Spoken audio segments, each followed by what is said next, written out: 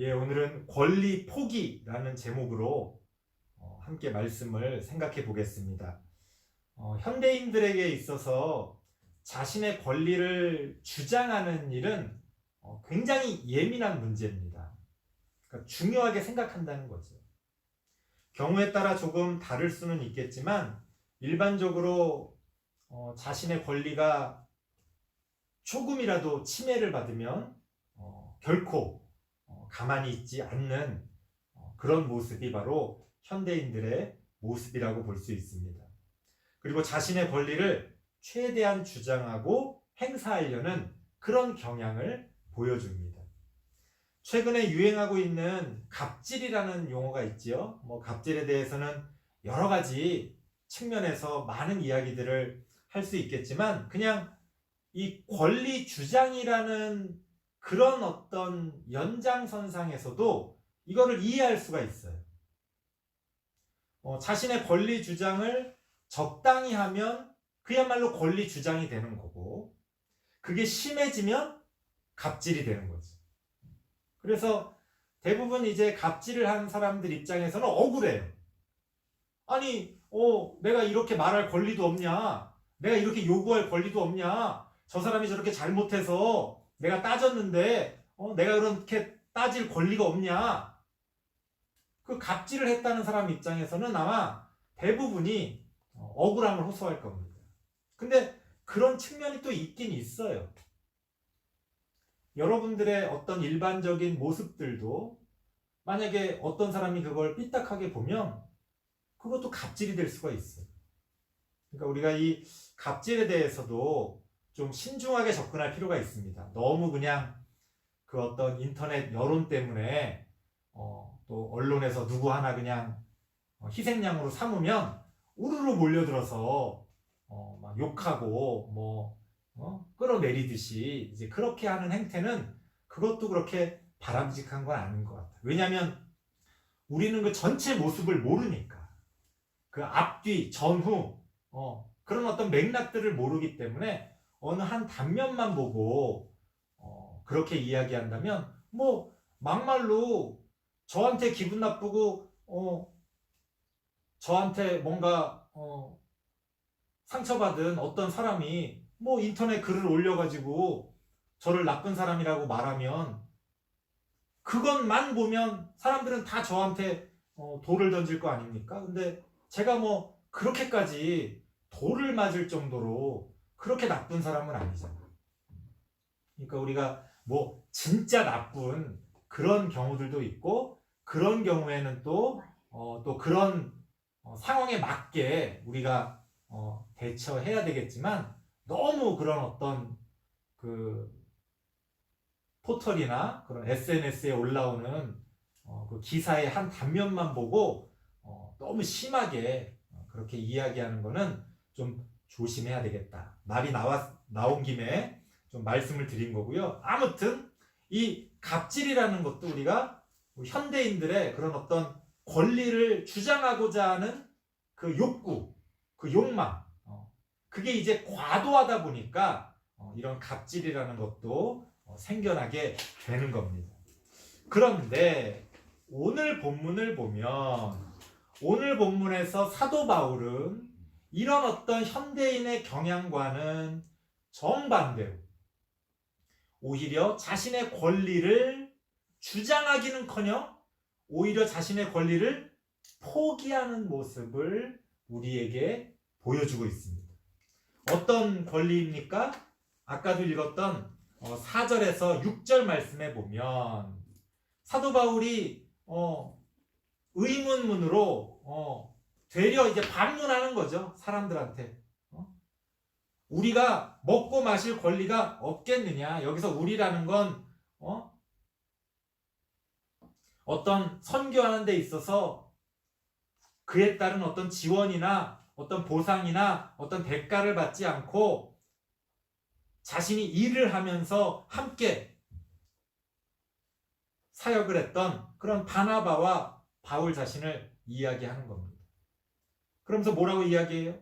우리도 그렇게 먹고 마시고 삶을 즐길 그런 권리가 있지 않냐? 다른 사도들과 주의 형제들처럼 게바라는 건 베드로를 이야기하는 겁니다. 믿음의 자매된 아내, 가족들과 함께 다니면서 함께 하나님의 일을 감당하는 그런 것들, 그런 권리가 나한테는 왜 없겠느냐? 어떤 6절 말씀은 어떤 세속적인 일, 이 세상에 직업을 갖지 않고 내가 이 선교 사역에만 전념하는 그런 권리가 나한테는 왜 없겠느냐? 이 말의 의미는 뭐예요? 실제로 사도 바울이 그런 권리를 행사하지 않았다는 거예요. 사도 바울은 사도로서 또 하나님이 맡겨주신 복음 전파의 그 선교의 사역을 감당하는 그 당대에 아주 활발히 또 아주 유명했던 선교사로서 자신이 마땅히 받을 수 있는 어떤 대가들을 포기하고 사역을 했다는 겁니다.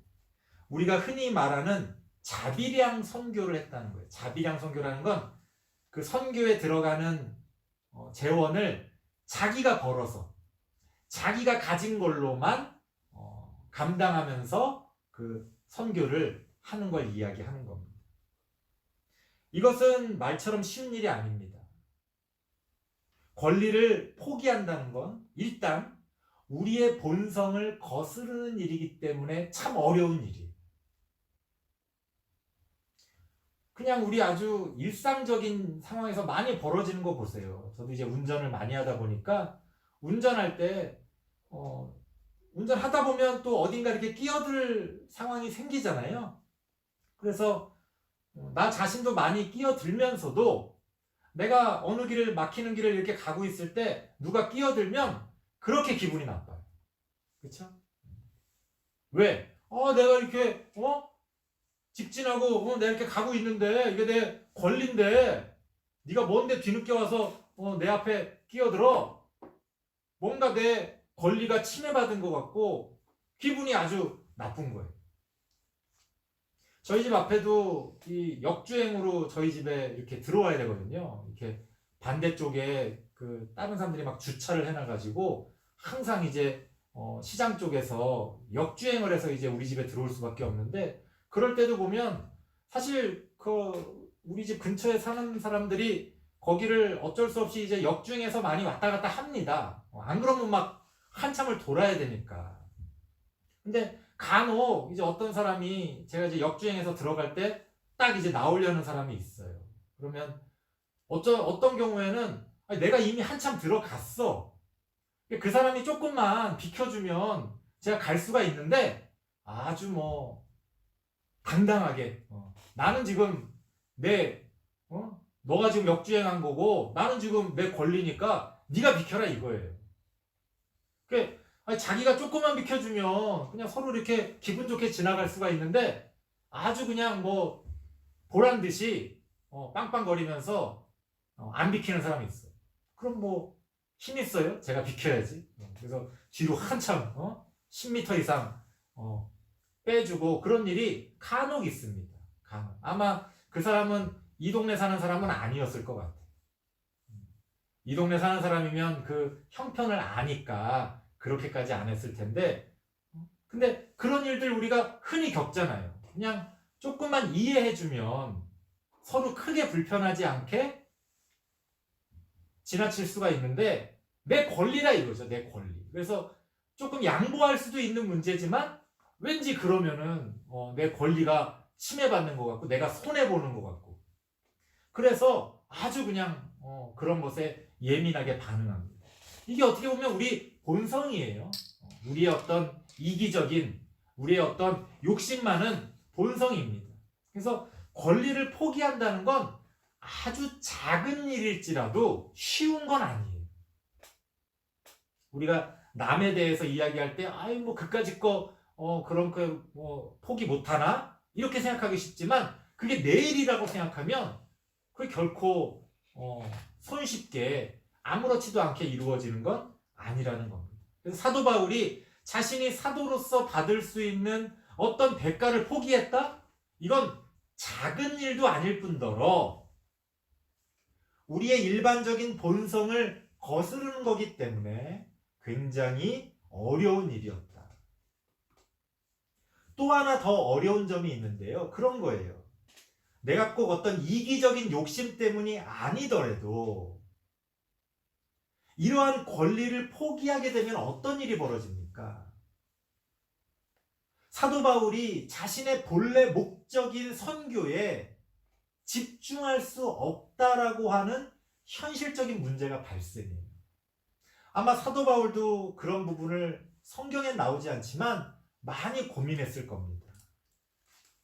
왜냐하면 남들이 온전히 선교에 집중할 때 나는 또 일도 해야 되고, 사도 바울 같은 경우에 이제 천막을 만들어서 파는 일들을 했는데 그게 얼마나 또 시간이 많이 거기에 소요되고 또 체력적으로도 그렇고 얼마나 어렵습니까? 그러면 내가 정말로 하고자 하는 그런 어떤 선교에 집중할 수 없다라고 하는 현실적인 문제가 생기니까 굉장히 어떤 마음적으로나 현실적으로나 어려운 그런 일이었다는 거예요. 하지만 사도 바울은 그럼에도 불구하고 그러한 대가를 포기하고 자비량으로 자신의 사역을 감당했다. 사도 바울은 왜 그랬을까? 왜 그랬을까? 14절 말씀을 보면 고린도전서 9장 14절에 한번 같이 읽어보겠습니다. 시작. 이와 같이 주께서도 복음 전하는 자들이 복음으로 말미암아 살리라 명하셨느니라. 쉽게 말하면 오직 복음을 위해서 사도 바울이 그렇게 했다는 거예요. 복음을 위해서라면 오히려 다른 성도들한테 대가를 받고 다른 교회에서 대가를 받고 선교에만 전념하는 게 더 복음을 위하는 거 아닌가 싶지만 사도 바울의 처지가 그렇지 못했어요. 3절 말씀에 보면 사도 바울이 지금 처해 있는 상황을 우리가 간접적으로나마 알 수 있는 말씀이 나옵니다. 고린도전서 9장 3절에 보니까 사도 바울이 이렇게 이야기합니다. 나를 비판하는 자들에게 변명할 것이 이것이니. 우리는 사도 바울이 되게 유명하니까 당대에도 유명했고 많은 사람들의 지지를 받는 그런 어떤 인기 있는 선교사였을 거라고 착각합니다. 물론 사도 바울을 인정하고 지지해 주던 사람들도 있었죠. 하지만 그만큼 혹은 그 이상으로 사도 바울을 비난하고 비판하던 사람들도 많이 있었다는 거예요. 왜 그렇습니까? 사도 바울의 전과 때문에 그래요. 사도 바울은 교회의 입장에서 봤을 때 사도 바울은 전과자입니다. 무슨 말이에요? 사도 바울은 본래 교회를 핍박하던, 교회를 박해하던 일에 앞장섰던 사람입니다. 다메섹 도상에서 환상 중에 예수님을 만나고 예수님을 믿게 되기 전까지는 유대교를 철저히 신봉하던 그런 사람이었고 어느 누구보다도 열심히 당시 예수라는 사람을 믿는 그런 어떤 새로운 신흥 종교 모임이라고 할 수 있는 기독교를 앞장서서 박해하고 핍박했던 사람이 알만한 사람은 다 알던 사람이었단 말이에요. 근데 어느 날 갑자기 나 이제 예수를 믿는다 그러면서 이제는 복음을 전하기 위한 사명으로 산다 이렇게 이야기하니까 입장을 바꿔놓고 생각해 보세요. 여러분들 같으면 의심이 안 들겠어요? 저 녀석 혹시 이중 스파이 아니야? 저런 식으로 하면서 우리 교회를 결국은 무너뜨리려고 저러는 거 아니야? 저 인간을 어떻게 믿어? 난 죽어도 못 믿어. 내가 알던 누구가 저 인간 때문에 죽임을 당했는데 저 인간은 내 원수야. 이런 분위기들이 교회 가운데 있지 않았겠어요? 그러니까 사도 바울이 사도로서 복음을 전하기가 굉장히 어려운 상황이었어요. 그리고 지원을 받기 위해서라면 또 여러 가지 다툼이 생길 수밖에 없었어요. 어느 교회에서 사도 바울을 지원한다고 그랬을 때 좋다는 사람도 있지만 또 다른 이유로 싫다는 사람도 있으니까 교회가 막 시끄러워지는 거예요. 사도 바울 때문에. 그러한 어떤 상황들 때문에 사도 바울은 어떻게 보자면 피치 못하게 자신이 복음을 전파하기에 더 나은 그런 방향으로 자비량 선교를 선택했다는 거예요. 그러니까 오늘 읽은 말씀도 보면 사도 바울의 말은 그거예요. 나한테 왜 그런 권리가 없겠냐. 나도 당연히 그런 대가를 받을 수 있는 그런 권리를 갖고 있다. 당연히 그런 권리를 행사하는 게 옳은 거다. 하지만 사도 바울이 처한 상황 때문에 어쩔 수 없이, 왜냐하면 그냥 그 대가를 받으면서 하려고 그러면 더 시끄럽고 오히려 자신이 복음 전파를 하는데 더 회방이 되니까 그럴 바엔 내가 그런 대가를 안 받고 내가 일하면서 그렇게 복음을 증거하겠다라고 결정하게 된 겁니다. 그래서 사실은 이제 말 나온 김에 말씀드리면 오늘 본문에서 사도 바울이 말하고자 하는 의도는 사실은 자비량 선교가 더 좋다는 게 아니에요. 실제로는 정당한 대가를 받으면서 그 선교의 사역을 감당하는 것이 더 옳고 더 바람직한데 사도 바울이 처한 상황이 어떻게 보면 이거는 고육지책이죠. 고육지책. 이건 분명히 나에게 피해가 되고 어떤 면에서는 복음을 전파하는 데 있어서도 손해지만 어쩔 수가 없었던 거예요. 자비량으로 하지 않으면 도저히 자신의 일을 한 발자국도 제대로 감당할 수가 없기 때문에 고육지책으로 자비량 선교를 선택한 거다. 그래서 오늘날 우리가 자비량 사역에 대해서 마치 그게 더 뭔가 도덕적이고 더 성경적인 것처럼 이야기하는 건 그거는 잘못이라는 거예요. 자비량 사역이라는 건 최후의 수단이에요. 그렇게 하지 않으면 도저히 그 사역을 감당할 수가 없기 때문에 어쩔 수 없이 선택하는 게 자비량 사역이지, 마치 자비량 사역을 하는 사람이 더 거룩하고 더 뭔가 성경적이라고 생각하는 건 그거는 착각입니다. 사도 바울도 그렇게 생각하지 않았어요. 오늘 본문을 읽어보면 사도 바울이 좀 화가 나 있어. 사도 바울이 난 자비량 선교하는 게 너무 좋고 자비량 선교하는 게 더 옳은 거고 여러분들도 자비량 선교해라 이렇게 말하고 있지 않습니다. 사실은 되게 안타까워해요. 왜? 내가 자비량으로 안 하고 선교에만 집중하면 훨씬 더 많은 일들을 이룰 수가 있는데 일하느라고 사실은 해방되는 게 너무 많으니까, 장애가 되는 게 너무 많으니까 거기서 오는 어떤 거룩한 분노가 있어요. 근데 어쩔 수가 없었던 거죠. 어쩔 수가. 근데 그럼에도 불구하고 자신을 끊임없이 계속해서 오해하고 자신을 비난하고 비판하는 사람들한테 지금 어떻게 보면 아까 3절 말씀에 자기도 이야기하잖아요. 내가 변명 한번 해보겠다. 왜 나를 그렇게 이해 못 해주냐. 내가 이 정도까지 자비량 하면서 정말 하나님을 위해서, 복음을 위해서 내가 이렇게 살려고 하는데 왜 그렇게 나를 알아주지 못하냐. 내가 무슨 욕심이 있는 사람이냐. 나 그런 사람 아니다. 그러면서 이제 변명을 하는 거지. 자, 그렇게 사도 바울은 자신의 권리를 포기하면서까지 하나님의 일을 이루고자 했다는 것.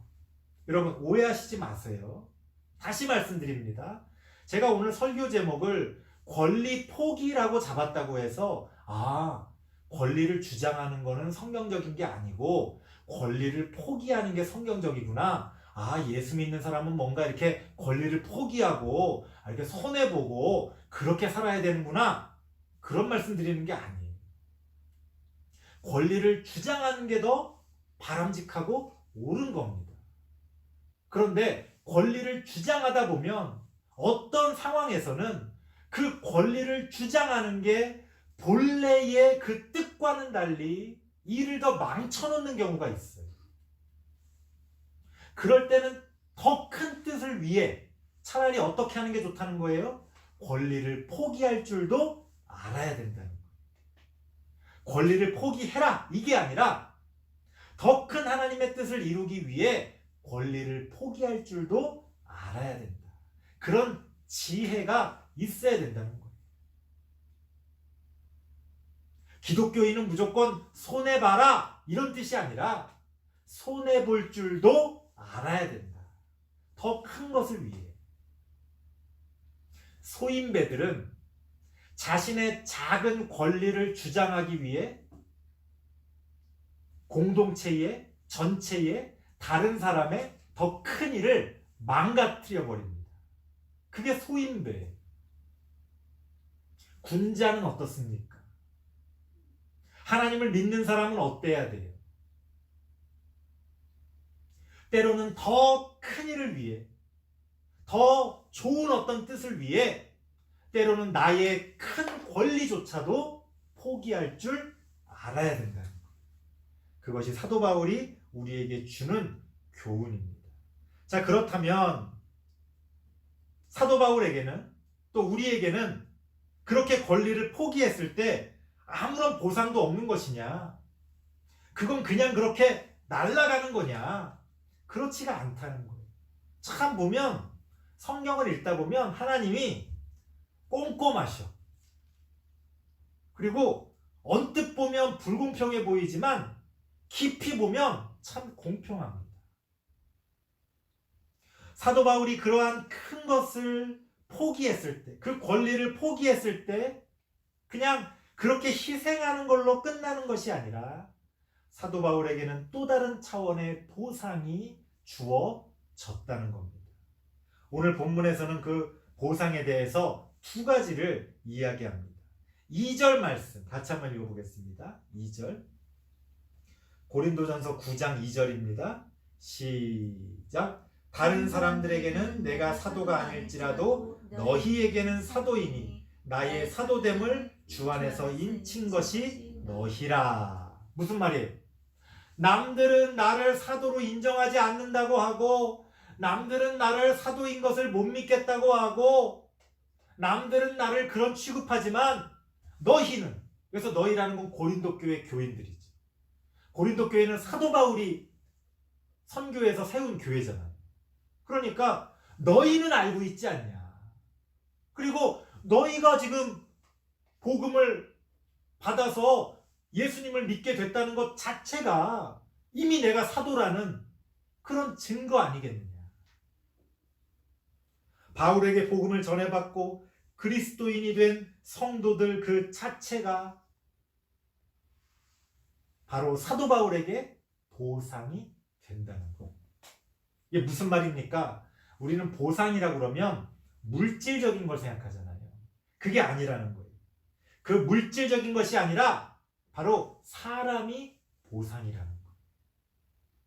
사도 바울을 인정해주고 사도 바울을 끝까지 지지해주던, 그리고 물심양면적으로 후원해주던 그런 사람들이 있었다는 겁니다. 제대로 된 공식적인 그런 어떤 대가는 받지 못했을지라도 사실 자기가 돈 버는 것만으로 그 선교의 사역을 감당하기는 부족함이 있잖아요. 그렇기 때문에 사도 바울을 또 지지해주고 사도 바울의 그 가르침에 따라 바르게 살아갔던 또 수많은 그런 성도들이 있었다는 겁니다. 숫자의 문제가 아니라 바로 그런 사람이 사도 바울에게는 보상이었다. 보상이었다. 다른 어떤 물질적인 세상이 뭐 알아주는 그런 것들이 아니라 그 사람이, 나를 알아주는 그 사람이, 또 그러한 기독교인으로서 성장하는 사람을 바라보는 그 모든 것들이 다 사도 바울에게 보상이 될 수가 있었다는 겁니다. 비슷한 차원에서 18절 말씀 보면 사도 바울이 직접적으로 상에 대해서 이야기합니다. 18절 말씀 같이 한번 읽어보겠습니다. 시작. 그런즉 내 상이 무엇이냐? 내가 복음을 전할 때에 값없이 전하고 복음으로 말미암아 내게 있는 권리를 다 쓰지 아니하는 이것이로다. 사도 바울이 직접적으로, 자 그러면 내가 이렇게 권리를 다 포기했는데 그럼 나한테 남는 게 뭐냐? 나한테 주어지는 어떤 보상이 뭐냐에 대해서 사도 바울이 직접 이야기합니다. 내 보상은 내가 이 큰 권리를 포기했다는 데 있다. 내가 그것들을 포기하면서까지 주의 복음을 전하기 위해 애썼다는 것, 그것이 나의 보상이다. 무슨 말이에요?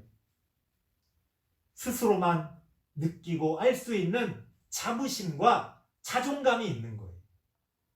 세상 사람들이 알아주지 않아도 내가 하나님 앞에서 당당할 수 있는 그러한 마음, 그게 보상이라는 거예요. 그렇지 않겠어요? 연예인들 보세요.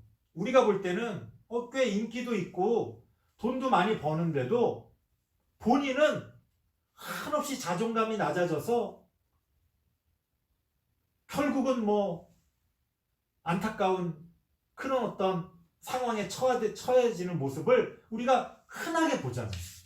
아니 저렇게 이쁘고 잘생기고 저렇게 인기 있고, 야 내가 저 사람 입장이라면 뭘 더 바라겠어. 근데 본인은 그렇지가 않은 거예요. 남들이 바라보는 그 시선과 내가 나를 바라보는 시선에서 많은 차이가 나는 거예요. 그러면 어떤 게 더 중요합니까? 우리는 남들이 인정해주는 그런 거 거기에 갈급해 있다 보니까 당연히 그게 더 좋게 느껴질지 모르겠어요. 하지만 그거는 허무한 겁니다. 어제 인기가 있다가도 오늘 인기가 없어져 버리는 거예요. 어제까지 칭찬했던 사람이 오늘 돌을 던지면서 욕을 합니다. 중요한 건 뭐예요? 내가 나를 생각하는 마음이죠. 그래서 오늘날 자존감이라는 것을 중요하게 생각하잖아요. 남들이 뭐라 그러면 그게 무슨 의미가 있어요?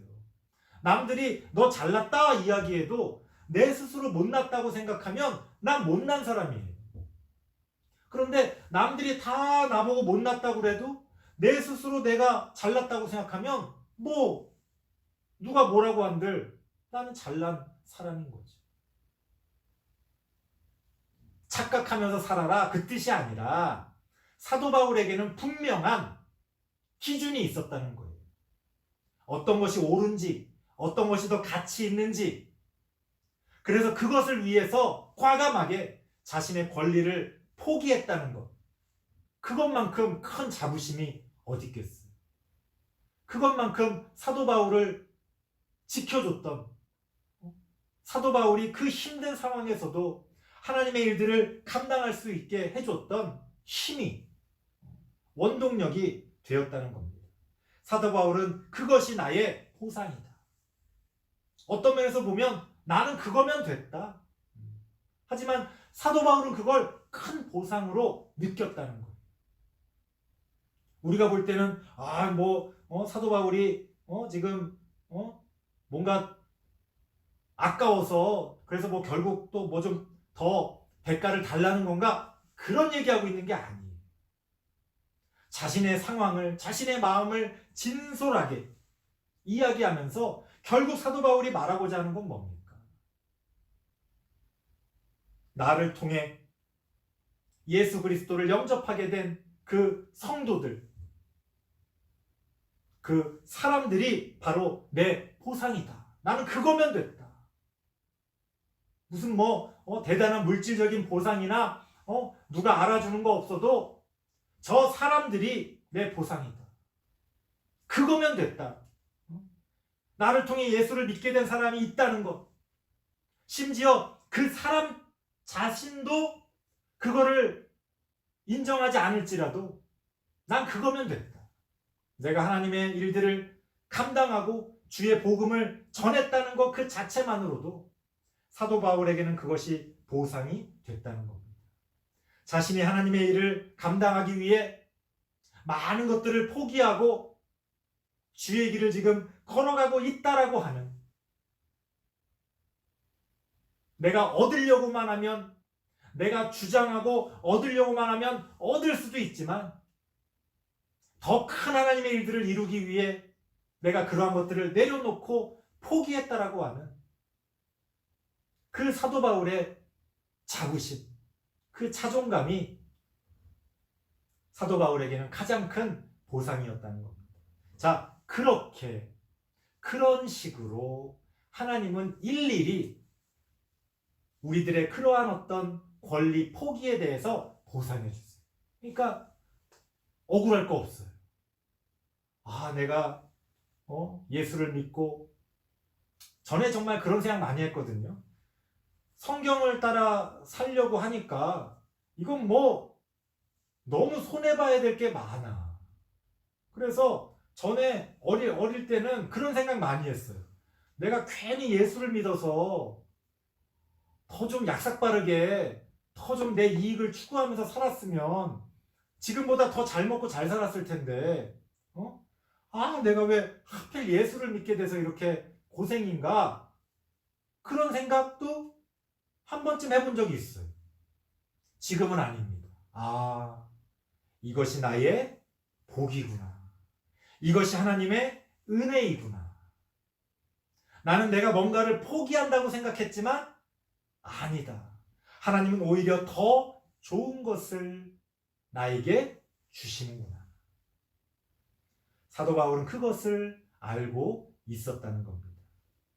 우리 사랑하는 성도 여러분께서도 권리 주장이 난무하는 이 시대 가운데 하나님의 더 큰 뜻을 위해 권리를 포기할 줄도 아는, 그리고 그 권리 포기의 자리에서 눈에 보이지 않지만 하나님이 새롭게 주시는 은혜와 복을 받아 누리시는 우리 모든 성도님들 되시길 바랍니다. 기도하겠습니다. 하나님 감사합니다. 하나님, 우리는 무엇을 위해 살아갑니까? 눈앞에 놓여 있는 것들에 따라 일희일비하며 그렇게 살아가는 단순한 인생이 아니라 하나님의 더 큰 뜻을 따라